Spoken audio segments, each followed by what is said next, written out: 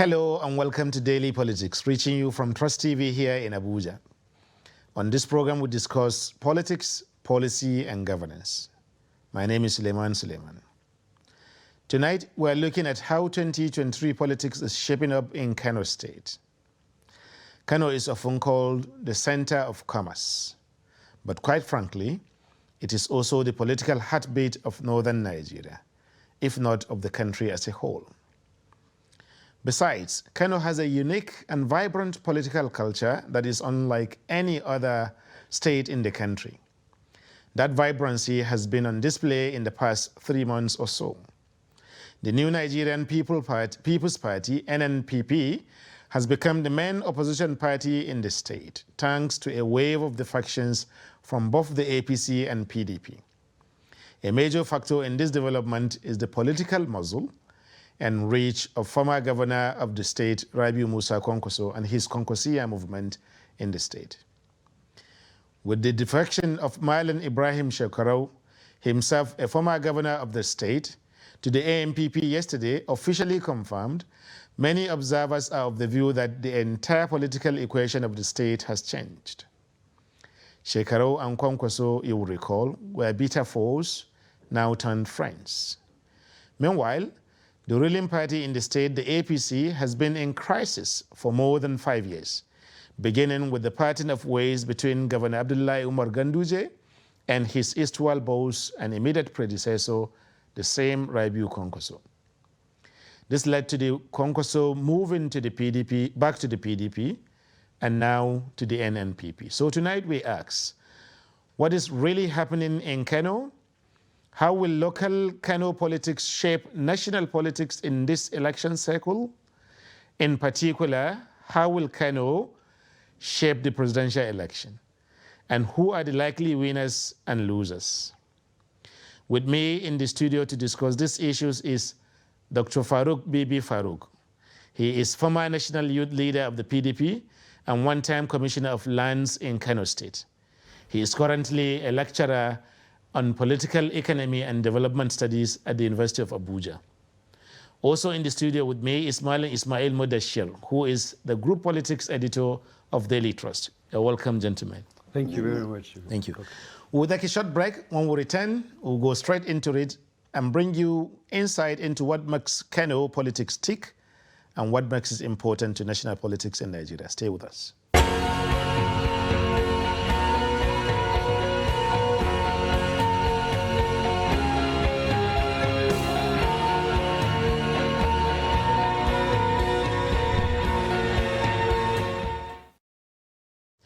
Welcome back. This is Daily Politics on Trust TV, and we're discussing Kano politics in this election cycle 2023. So, let me start with you. Kano politics, you were born into it. You have been part of it, you know, your own political career, but also you grew up into it. Your father, I understand, was a former deputy governor of the state. Am I correct on that? Right. Thank you. So, it's not something that is new to you, it's something that you're familiar with from then till this moment. So here we are now, a situation where you have two governors that have never at any time been in the same camp. It has always been that whenever Kwankwaso is in the PDP, Shekarau will be somewhere else. When Shekarau goes to the PDP, Kwankwaso will be somewhere else. The two of them have never really been in the same political party until now. And they are not also in the same, the parties of old like APC or PDP. They are together in a whole new party. What does that signify? Well, like you said, you have made it in your introduction. Kano has very turbulent political history right from colonial times till date, where it has maintained something that others have not, that is a specific form of an ideology that is about the common man. The Talakawa ideology has been maintained by politicians in Kano. Having said that, the relationship between Senator Rabiu Musa Kwankwaso and Senator Ibrahim Shekarau is really not really understood by media and publicists, actually. Interesting. To be honest, there has never been a point where they were at serious loggerhead, maybe at one time. You see, the first time any politician in Nigeria went to congratulate a person that has won election and taken his seat was when Rabiu Musa Kwankwaso in 2003 went to Shekaro's house and congratulated him on the day the elections were announced. He went with his committee of executive committee and other party leaders and submitted that he was not going to challenge it. He has accepted this. So it was a good platform for them to have started a relationship. But of course, since they were from different parties, and in fact, to be honest, Shekaro was a permanent secretary under Kwankwaso. In his first term. In his first term. He was a permanent secretary under Kwankwaso. The issue of Sharia and the rise of Buharism was what Shekaro was able to benefit from, to become a gubernatorial material in a very short period of time, and with the endorsement of Buhari at that time, was able to defeat Kwankwaso and get that ticket. Now, during the first term of Shekaro, of course, being in political contention, it was assumed by the Shekaro group that the only reason why maybe Kwankwaso would oblige to go and kowtow to him and accept defeat was because he wanted to probably get an edge in not being probed or whatever. So, to be honest, Shekaro probed the Kwankwaso administration. And up to a point where white papers were released and Kwankwaso was in court for a long period of time until the issues were thrown away by the court. Now, when it came to after 8 years of Shekaro, Kwankwaso was able to win the election and take over from Shekaro. Throughout those 4 years he never probed Shekaro. He never put him in any contention or conflict with one another. Interesting. Until he finished and moved into APC. The problem started when Kwankwaso, at the end of his second 4 years, left the PDP because of certain fundamental reasons and went into APC, where Shekaro was already a founding member, part of the group that signed the agreement to form the party. And because of that, Shekaro felt he could not accept Kwankwaso to be the leader of the party while in the state, while he feels he's already a leader of the party at the national level.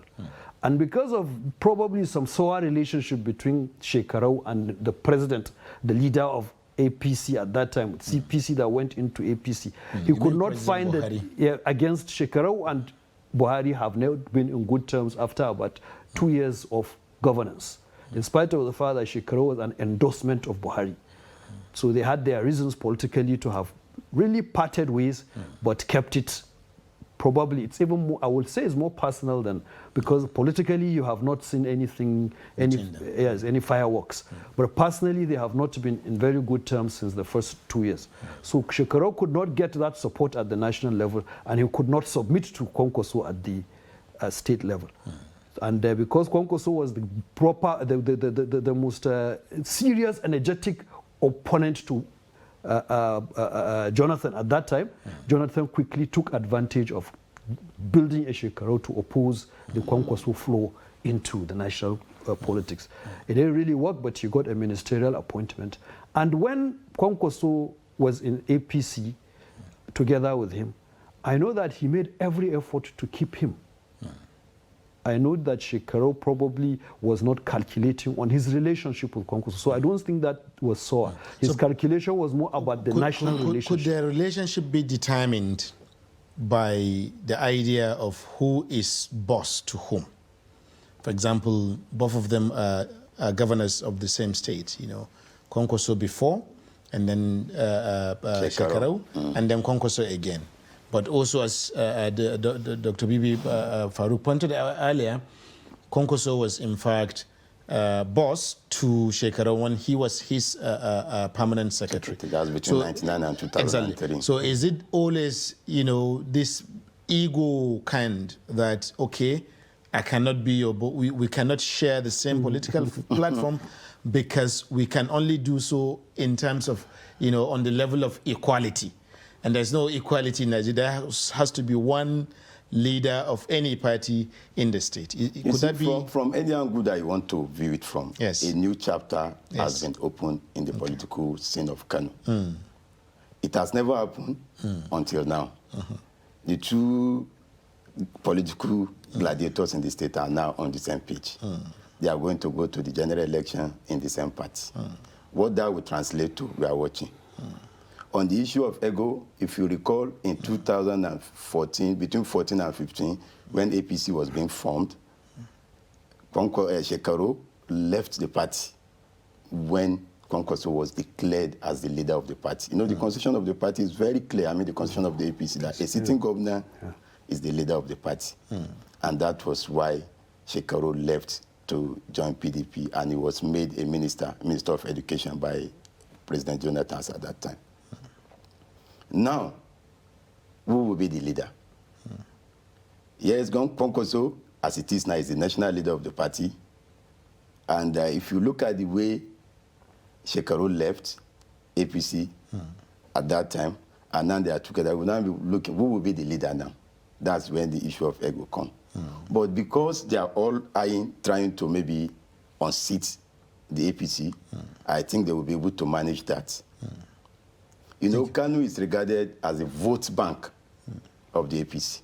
In 2015, the chunk of the votes came from there. Yes. 2019, similar scenario played out. Yes. And now everybody, especially the presidential aspirant, you see, they are trying to cut Ganduje because they know that the only way you can, even in delegate-wise, you know, the primary is just around the corner. They have the chunk of the delegate.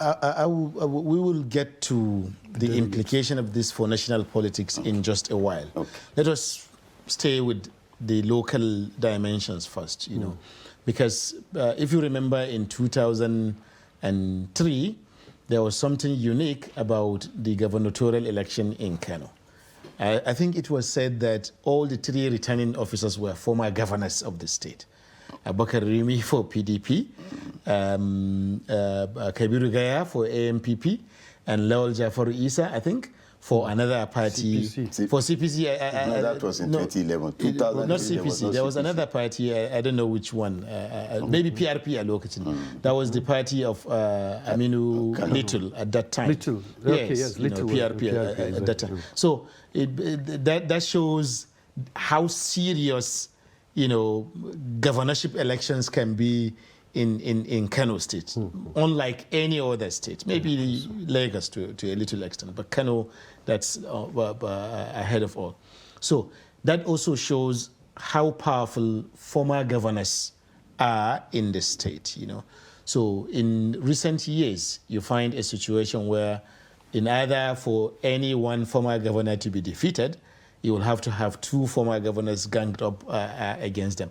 Do we see that kind of situation happening this time? Because you now have at least one former governor who is probably a buffer, but who is still in the APC, that is Malan Kabiru Gaya. Right. So how is that going to play out, you know, given this background in Kano politics? Well, it's very good that you asked this question because apart from personality, which I would say that when they are out of the office of the governor, they do not contest for leadership.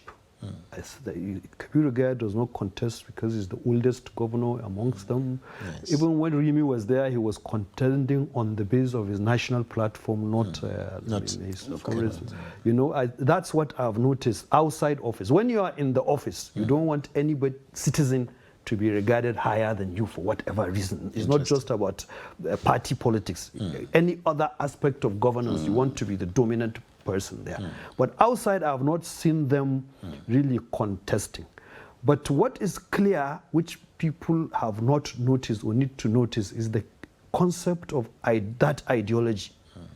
Now, Kwankwaso from 2003, when he lost election, started building a formidable group, the Kwankwasia group, tailoring everything around the Aminu Kano ideology. Because he had belonged to the Aminu Kano faction when PDP was formed.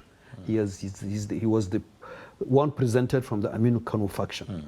Ganduje was from the Rimi faction. But he did not continue with the Rimi ideology. He became the deputy governor. Now, when Buhari came, the common man in Kano tilted, the Talaka now tilted into supporting Buhari instead of PDP as that Aminu Kano of that time. Yes. Over time, Kwankwaso maintained an ideological push of the Talakawa being the forefront of this thing, and the Talaka also maintained an APC Buhari identity, which was initially represented by Shekaru, and which Shekaru maintained as far as Kano is concerned. So the two now have closer contact with the grassroots than any other formation in Kano. Interesting. The PDP now that is there is a remnant of the MPN. MPN. No, the Kwankwasia has moved out of PDP to NNPP, to NNPP. So what remains in PDP now, that's why you don't even hear about it, because there was no formidable ideology on the lives of the Talaka in MPN. Now, when Ganduje ran for the 8 years, he did not believe in ideology, I think, because there is no Ganduje ideology rallying around his relationship with the poor people and the Talakawa. So these two groups that have a capacity for mass movement have come together. His capacity is related to governance, what his government can do for you. So the people around him are just around him because of government, and they do not have an ideology that they can sell downwards and get political power, out of. So this is the reality that is unfolding in Kano, and that is what makes people give away the idea of APC can make any significant input in Kano, because the two groups that are now together have very good contact with the grassroots. And the ones that are in government and the other opposition, PDP, have not built that grassroots. Probably hoping that in Ganduje's own side, that the Buhari phenomena will maintain them and continue to keep them. But of course, in politics, we have seen, whether it's true or not, that even in 2019, Buhari was a very hesitant supporter of Ganduje. So he couldn't, Ganduje cannot, for example, embrace the Buhari phenomena in a manner he thinks he can. What's the final conclusion? My conclusion is, of course, the APC would either have to look for another leader in Kano, or they are going to be thrashed, actually. In the coming. Yes, and the APC is now moving with clay feet. Everybody will be abandoning it because it is just about government. And that government is going to nobody formidable that can hold government has come out as a candidate.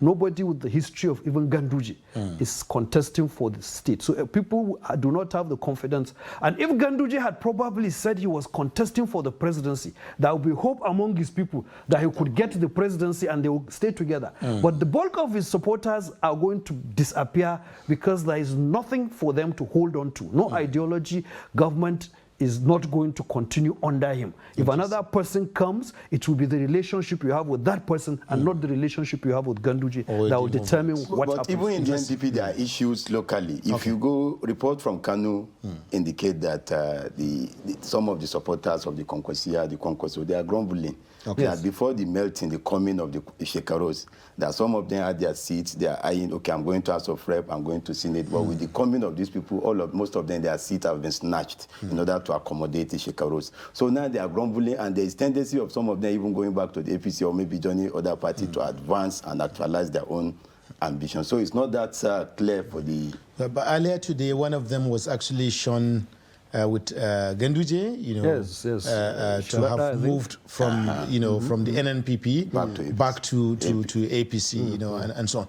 But to even look at, let's try to understand how the NNPP has tried to make it in Kano itself, because this is probably the fastest realignment of a political party in Nigerian history, to the extent that I know, that a party within 2 months become so strong, even at a local level. Even if we say only in Kano State, you would struggle to find a similar example of a party that within 2 months or 3 months becomes so strong, 17 members and so on. So what really happened? Because many of these people that have decamped from the APC were people you would expect to be the close allies of Governor Ganduje, his own chief of staff. You don't get closer than a chief of staff in politics, right? Deputy Speaker, many lawmakers in the State House of Commissioner of Finance. Commissioner of Finance, with whom you do. So what is the motivating factor? What explains this? This is not the first time that something like this will be happening. When CPC was formed, a similar scenario played out in 4 states: Kaduna, Kano, Jigawa, and Katsina. Interesting. A lot of people joined the party because of the founder, President Muhammadu Buhari. And you see, people in Kano, is because of the way Kwankwaso has penetrated that state. Forget minus Shekaro. Kwankwaso was able, he gave Ganduje a tough time in 2019 election. Ganduje narrowly won the election, even though some people would tell you that the election was done, was manipulated or what have you. So what I'm trying to tell you is that Kwankwaso is on ground in Kano. And over the years, he has penetrated the nooks and crannies of the 44 local governments. You cannot take that away. Even without Shekaro, Kwankwaso can still win. Thank you, but these people didn't move with Kwankwaso when he was, because he didn't leave APC only last week. He left APC long ago, went to the PDP, and then also even left the PDP to help establish the NNPP now. But these people stayed on in Ganduje's government, and they are living only at this point in time, So what's the attraction now? Or the distraction as maybe in the APC? As at 2015 to 2019 government, if you are in government, there is a high chance of incumbency. A lot of people, it's about personal interest to a large extent. In Nigerian politics, I see national interest not playing up to 20% of actually as a deciding factor. So that 80% of personal interest keeps a lot of people there. And as of today, it is that personal interest that is making people shift away. The alliance itself of NNPP and now the Shekaro group, you would see that most of it is about consolidating and keeping what is their own, what they might lose. Because like he said, my calculation, actually politically, but is that the Kwankwasia movement will defeat APC, no matter who is in APC, probably within the first 8 hours of the election. Interesting. If you bring... in the first 8 hours of the election? Yes, I think so. By 2 p.m.? By 2 p.m. Yes. But if you bring in Shekaro factor now, it will happen by 12. Serious. So it is really a surge, which saves the Kwankwaso NNPP movement a lot of potential suffering and crisis, and it emboldens it, because the experience of 2019 was within that NNPP or Kwankwasia group was not that we were defeated, but that national might was used to take away power. And so to be as strong as possible now to withstand anything thought of a national might is also a strategy that the Kwankwasia group or the new NNPP would adopt, because especially in Kano, they need to be strong enough that the perception, there's a lot of perception in politics. The perception cannot even come that defeat would happen. In 2019, there was a Komsi-Komsa situation. It could happen, it could not happen. So when it happened and there were about 26,000 votes in contention, inconclusive happened, and, but there was a hope. Nobody would rig if there is no potential of winning. So that potential is why the NNPP and Shekaro group is coming together to take away that perception that it is possible that something can happen. And every candidate, even presidential candidates and so on, or aspirants who now come to Kano would see it clearly on the ground that they either need to have another platform, not the Ganduje platform, or they should forget about Kano. And forgetting about Kano is not an easy thing for any presidential candidate or any political party. Yes. Because 3 million votes can just emerge from Kano. Because up to 5 million voters register in Kano. So it means a lot when you are deciding presidency with 11 million to 15 million votes. A chunk of 2-3 million can make a lot of difference. Thank you. But one interesting thing about Kano, and that, to just build on the last point you mentioned, is not just the 3 million votes or the 5 million, is the voter turnout. Yes. People take the politics very seriously, and they actually go out to vote. But let's look at two issues that the two of you mentioned. The doctor talked about how the Konkosia movement they want to ensure that there is no chance, there is no possibility, that Konkoso, the APC has any chance whatsoever. The sounder the defeat, the higher the chances that it will stand, regardless of federal power.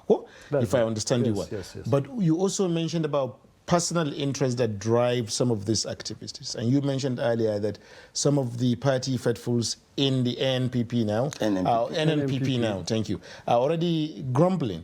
Yes. And we have a long campaign season. Yes. Between now and all of this would not happen. Vote ballots will not be cast, until at least March, governorship election or late February, that is for the presidential election. So to what extent would Konkoso and Shekarau be able to hold this coalition, this merger, this cooperation between now and that time? Because it's a long campaign season. That means anything can happen along the way. The first thing that people are looking at now is the ideology issue. Will Shekarau embrace red cap? That's the first thing. Because that's the ideology.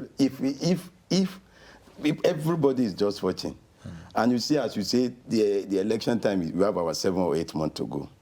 And I think they will be able to hold this alliance because all interests have been addressed. Shekarau has been considered for the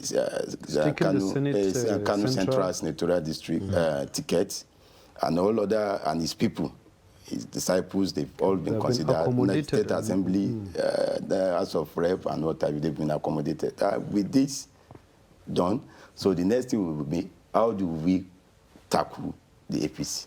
Okay. Because the battle will just be between NNPP and APC. Minus PDP. PDP will be dead in the state. No, it's already there because there are allegations that even the state chairman is just a disciple of the Konkoso. He's just there holding forth for Konkoso. The chairman of the PDP in Kano State. Okay. That's what people are saying. There was an attempt at the national level to remove him based on those rumors, where he went to court and stopped it. And there is still a case in Abuja about whether the litigation is still pending. Whether there's. But from my own analysis, I know this alliance, it has come to stay. Yes, I think the alliance it has come to stay. Because the interests have been addressed. It has been fully addressed. It's like you wanted to add something. Yes, to it. One of the things that will make the alliance stay is there is no contention between Konkoso and Shekarau. Konkoso left the Senate seat. He's not aspiring for the Senate seat. He wants the presidential seat. Shekarau wants the Senate seat to continue playing national politics probably and aspire higher from there at the moment. APC is not a very comfortable place for him to exercise aspiration because probably at the national level, probably the presidency might not be so much in his support. Okay. So he has an opportunity to retain. And APC might have tried to offer him the same Senate seat, but he could not trust them enough. Now, most of his people have been accommodated. That's why the grumblings are happening. But that, I think, is deliberate. Konkoso wants to solidify Kano base because he has a national ambition. Once that formation is in order, he can concentrate on his national ambition. That formation cannot be in order if the grumbling is coming from the Shekarau group. But he can contain the grumblings coming from his group, especially since we will all be busy at the national. Only people who are so committed and determined and maybe addicted to wanting to take those seats might be so disgruntled, you know. But as far as the NMPP is concerned, it is building a national formidable platform, which we have confidence will make a big difference in Nigeria. We have confidence that we'll win the national election. To be honest, people do not see our calculation. It is happening in Kano. Kano we have even taken for granted. But the national calculation is even going to be better for us, the way we are seeing things. People say it's a short time. But APC and APP and PDP were formed within an administration of 9 months. Absolutely. And so much has happened in political campaigns now that you could do so much in a very shorter period. I think that provides us a very good. I think that provides us a useful transition to go from the Kano issues to how these issues in Kano affect national politics. But that's when we return after a short break. It's been an interesting discussion so far about how Kano politics is shaping up. And now, when we return from a short break, we'll see how this will affect the presidential and other national elections. Stay with us. Welcome to Inside Abuja. Most people who drive on Nigerian roads believe that it's only when you see a law enforcement agent that you are supposed to behave. Meanwhile, you already know what is right for you. You cannot take what you cannot give. So they cannot come and enforce us and take what they cannot give us. So if there is something they want to take from us, there must be a unanimous arrangement that if they collect to us, they have something to give us. Well, there's a group of vigilantes. They are trying small. Sometimes they used to come out in the night.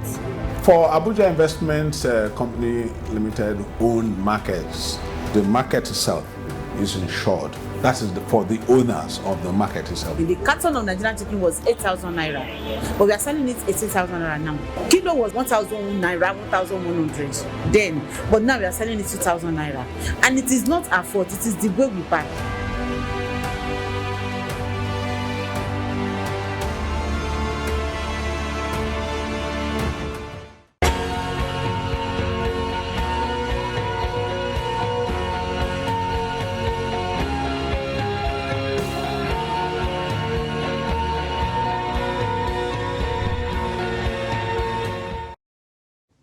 Welcome back. This is Daily Politics on Trust TV, and we're discussing Kano politics in the 2023 election cycle.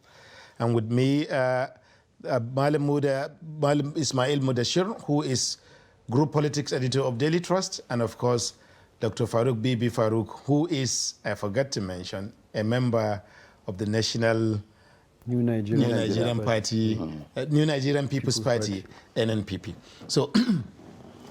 Part of the things we're saying is, we're already moving towards how issues in Kano will affect issues here in Abuja and also across the country. Because if you want a president to be president, you not only have to win the highest votes, you also have to make up 24%, 25% in 24 states, which is a lot.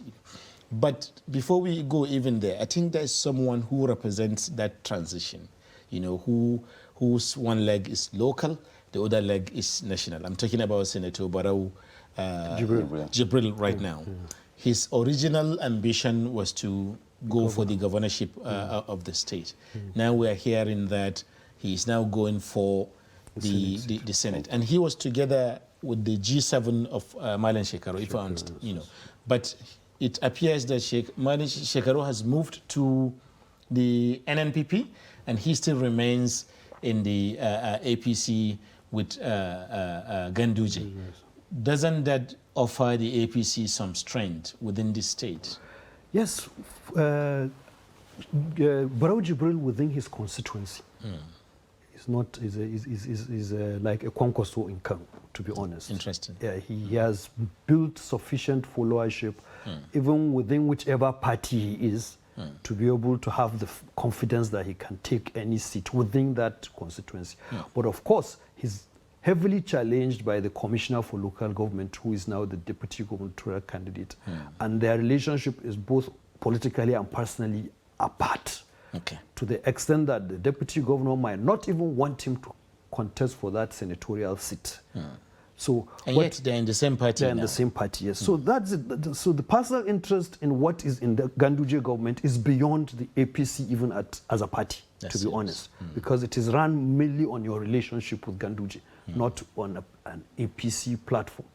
Now that creates a problem for the APC in Kano, which they are trying to resolve. If Barrow had a ticket of governorship in Kano, yes, from that zone, the NMPP would have to put a lot of attention because he has some followership in his zone. But now that he has returned to pick the Senate seat, he did it because he knows he can defeat Ganduje in that zone because they belong to the same zone with Ganduje, and Ganduje wanted to take that Senate seat and deny him the governorship seat at the same time. And he went around to pick that Senate seat because he can defeat Ganduje. I personally believe he can defeat Ganduje for that senatorial seat. Yes, to be honest, Ganduje is a politician that has become a governor, but his capacity for victory has been very, very limited. One of the most limited capacities I've ever seen in the ability to get accepted and win elections. But he could go because of Buhari, he could go because of Kwankwaso. But even as far as 1978, when he was an MPN and he contested for the House of Reps primaries in MPN, when Aminu Kano could send a goat to your constituency and it win election, the people rejected him. And he was in PRP at the time? No, in MPN. Okay. You know, as at that time in MPN. Now he has about 4 contending forces within his zone that can defeat him. Shekarau, what's his name? Barrow can defeat him. There is a Jobe within his closer constituency, a member of the House of Reps that is strong enough to stop him.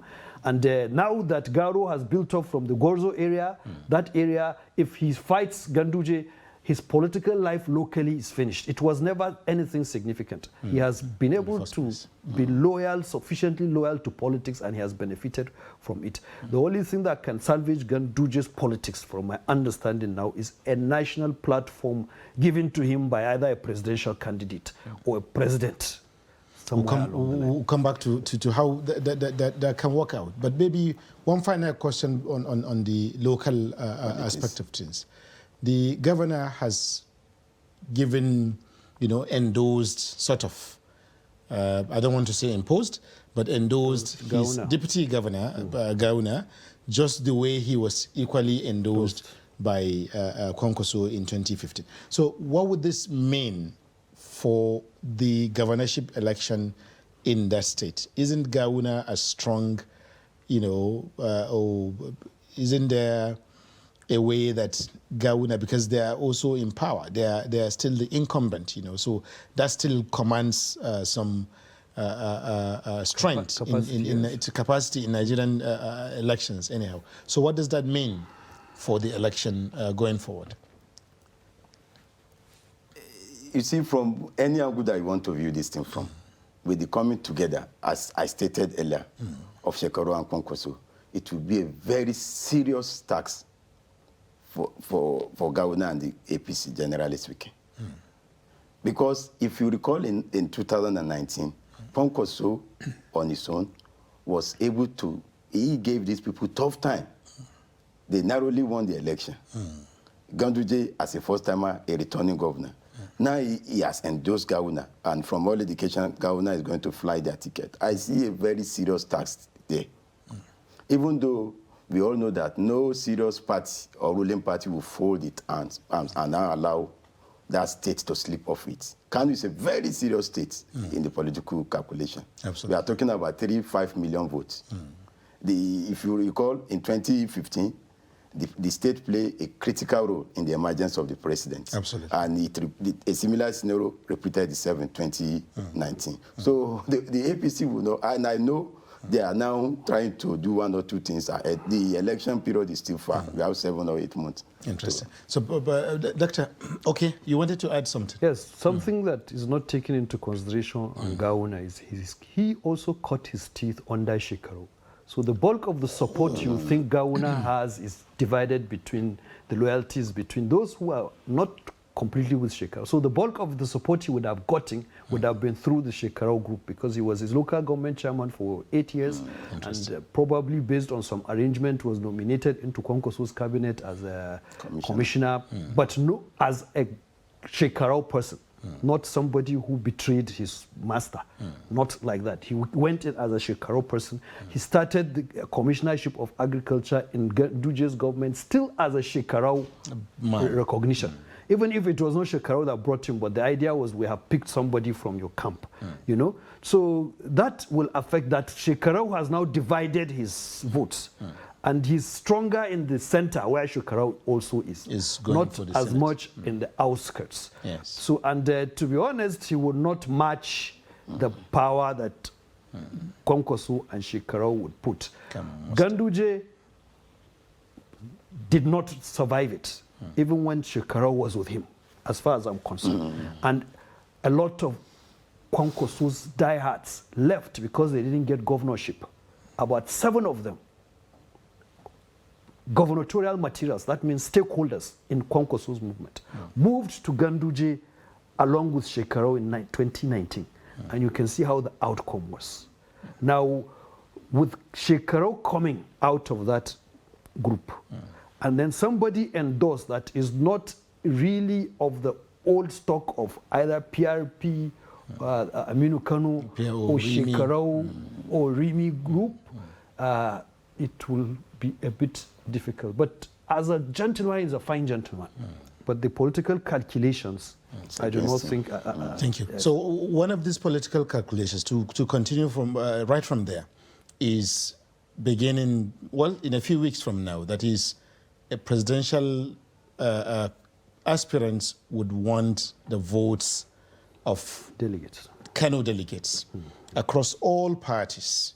Kano has a large number of delegates. I think, you know, even in PDP, where it is not, it's an opposition party, it still has quite a large number of delegates. But in the APC, 160? 460, you know, so about the largest after Lagos, I think, you know. So that is a contingent that every candidate would want to see. Because every aspirant, because it can add up to 5, 6, 7 other states altogether. So how do you see this playing out? Because yesterday, when the former Minister of Transportation, Amechi, was in Kano, he said that, well, we know where the political loyalties of Ganduje and the APC in the state lie, you know, but they are still here all the same to campaign. So where do these political loyalties lie? And are they for real, even there? Well, Ganduje, I think, is interested in joining the Bola Ahmed Tinubu vice presidency slot. Okay. He has a lot of baggage that I don't think if a person who has a landslide of 99% might not really be willing to be comfortable accommodating him in his ticket. That is something politically that I believe in. But he has aligned there and has a good relationship. Bola Tinubu helped him a lot in retaining that seat, and he has that this thing. But the fundamental thing now about Kano is, where does Buhari tilt? Because even what Ganduje is trying to claim as his political structure is actually a product of the Buhari movement. So if Buhari tilts away from Bola Tinubu, Ganduje can have some loyalists, but I'm not sure Bola Tinubu would take Kano the way they think they will take it in the primaries. Those delegates, by the time in 2 or 3 days before election, they have signals that this is the way to go from Buhari. I think the way there are a lot of the stakeholders in the party are abandoning ship, they will also might want to take leave. Probably they would take all the positions in the convention, take all the benefits of the convention, but left to vote, I do not think they might give the votes if they do not have the endorsement from Buhari. That makes the whole thing even more slippery and trickier than it appears, based on the analysis that Dr. Farouk has mentioned. Because how do you know you have endorsement from Buhari? How do you know you don't have endorsement from Buhari? We have a president whom a lot of people speak in his name, most of the time without his endorsement, without his approval, and sometimes he will just watch and let it go. So does that not mean that some people will go and whisper around that they have this particular candidate, aspirant ABC, have the endorsement of Buhari? No, if you recall what happened in March, just a few days to the National Convention of the party, the presidency came out and supported, endorsed Abdullah the current chairman, Abdullah, clearly. Yes, clearly. And I see a similar scenario playing out in the coming days. That's how it has been. That was what Obasanjo did in 2007. Okay.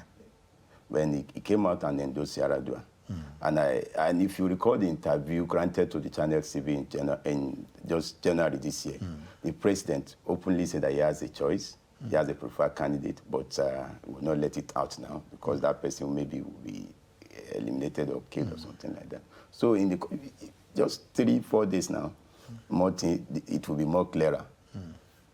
So, but if, as it's been touted in the news, that there is possibility of endorsing, there is possibility of retaining the presidential ticket of the APC within the North. It's been in the news in the past few weeks. But you are one of those who reported it. A lot of calculations are ongoing, and a lot of camps in the APC are scheming, and their machination is there. And maybe at the end of the day, nobody will tell you this where the president is as it is now, except if that person wants to deceive you. But what I can tell you is, I was speaking with one of the promoters of the Northern candidacy, and the person told me that yes, we've not gotten off record, that we've not secured the endorsement of the president, but in the coming days they are going to do that. Interesting. That they are going to sell the idea to him. If he buys it, fine. If he doesn't, and so. So if in the end, because it was a significant point that you made, that the delegates in Kano are more likely to be loyal to Buhari than to Ganduje himself. Yes. So if Ganduje and Buhari go different ways, the delegates will follow Buhari, not Ganduje. More of them. And more of them, So that represents a sort of costs, for anyone like former governor of Lagos State, Bola Ahmed Tinubu, who has worked for and with Ganduje over all those years. So what will happen to their aspirations? Because Kano is one of the states that you can bank on and say, okay, even if I can get 2/3 of the delegates from Kano, I can add them to some from the southeast, from the southwest, and a few others here and there. I should be home and dry. Well, my understanding of APC's aspiration, presidential setup as it is today, there is nobody that is as agile as Bola Ahmed Tinubu in seeking for that presidency. He's the only person that, for example, can still be able to make a lot of difference, impact, even without the endorsement of the president. Interesting. None of the others can do anything without the endorsement of the president. So that aside now, we know that wherever the president goes. But, and that is simply because that's how the APC was formed. Tinubu and Buhari were the first people who felt they could come together and form that party. Others are they regard them as joiners. Yes. You understand? There's nobody from AMPP of old or ABGA that is making any impact. Apart from now that they are bringing the Senate president, who is AMPP, who is a backup to, if they don't endorse Tinubu, to at least endorse him on the basis of Northeast has never had it to. He's from AMPP, one of the formation groups, and so on and so forth and so forth. The idea of going north or south, I think they cannot decide on it until the two parties are watching themselves. It's a hide and seek game. So they will have a formidable person they can have in the north, and they will have a formidable person they can have in the south. But most of their stakeholders in the north over time had the belief that Buhari has an understanding or arrangement or agreement with Tinubu, which I don't think happened. Okay. Because those things do not happen. It's just assumptions. At that level, you will assume. You will do some body language that will show, okay, it will happen, because between Obasanjo and IBB. There was that body language. It didn't work out, you know, because you can't sign agreement on something that is illegal. Yes. You know, it's not. The Constitution does not give you those powers. Yes. It's to be your personal opinion. But they have had that feeling. But they still believe that if they bring in a southern candidate and PDP brings in a northern candidate, they might lose that election. The truth of the matter is, what we are refusing to accept is, to be honest, an easier candidate for Nigerian presidency is either a northerner accepted by some parts of the south, or a southerner accepted by all of the north. Interesting. And over time, especially during Buhari's time, when there is a lot of divisiveness, a lot of southern groups that are not even political groups have taken positions that is making it very difficult for a southerner to get that bulk support from the north. Yes. Because the people that are asking for presidency are Edwin Clark, Afenifere, Ohaneze, and so on. Very serious northerners cannot just decide that they are the right people to negotiate power with. Absolutely. The political parties lost their ability to be beyond this thinking, and they have handed over most of the national politics to these groups. And even the northern group, the national NEF, is also taking that position. Which, now. if they endorse anybody from the north, you see that the south will be very skeptical, very suspicious. Absolutely. So that has made a southern candidate a very difficult thing to create because of the attitude coming from that area. So they have to see, all of the parties would only be comfortable if the two of them have a southern candidate. So a PDP is watching to see, is APC bringing out a southern candidate? APC is watching to see PDP bringing out a southern candidate. Then there could be some level. And at that point, it will be now southern politics, Igbo versus southwest versus southeast. Because this one is going southeast, this one is going southwest. Whoever is endorsed by the north is likely going to be the person. Yes. So you have to bring somebody that is acceptable to the generality of the north, which is a very difficult encounter situation with this. And that is when bulk of northern people and those who are not favored in the south will come to NNPP. I know that's where you go to. So, in other words, this is where NNPC will find glory. NNPP, sorry, will find glory. Because we do believe that deciding to vote can happen in an hour. Interesting. We are not looking at 9 months or whatever. The calculation can change a day before elections. You can decide you want to vote for this person. a third party that, okay, yes, which out of this, you could look at other qualities when you have exhausted all those things and you find that you are in a deadlock. Interesting. So maybe as a final question, just before we go, this is quite an interesting day. What happens to the PDP and its presidential aspirants in Kano in the next few days? Because now the party has now become the third largest party in the state, whereas it used to be the second just a few days ago. And Kwankwaso used to be its major power and mainstay in Kano State. Now he's been, some people will say, not just moved to NNPP, but pushed out of the NNPP. So of the PDP to the NNPP. So how does that work for the presidential aspirants in Kano, PDP presidential, when they go to Kano? As it is now, the leader of the party in the state is Ambassador Aminu Wali. Yes. I think if I'm and he's going to play a very key role in determining where the pendulum will swing to, as far as the issue of presidential delegate from Kano State is concerned. Okay. That's just it. But what about the elections? The general election? Yes, the general election for a PDP candidate. It all depends on who picks the party's ticket.